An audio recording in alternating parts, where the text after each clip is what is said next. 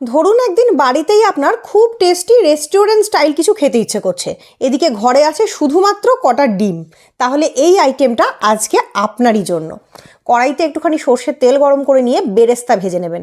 আবার ভাববেন না বেরেস্তা ভাজি বলে এক্ষুনি ডিম বিরিয়ানি বানাবো, আজকে একটা দারুণ অন্যরকম আইটেম বানাবো।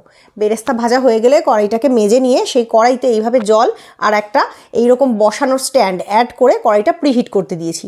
তারপর একটা টিফিন বক্সে নিয়ে নিচ্ছি পোস্ত আর চারমগজ বাটা, অ্যাড করছি স্বাদ মতো নুন, চিনি আর শুধুমাত্র একটুখানি গরম মশলা গুঁড়ো, আর কিচ্ছু দিতে লাগবে না।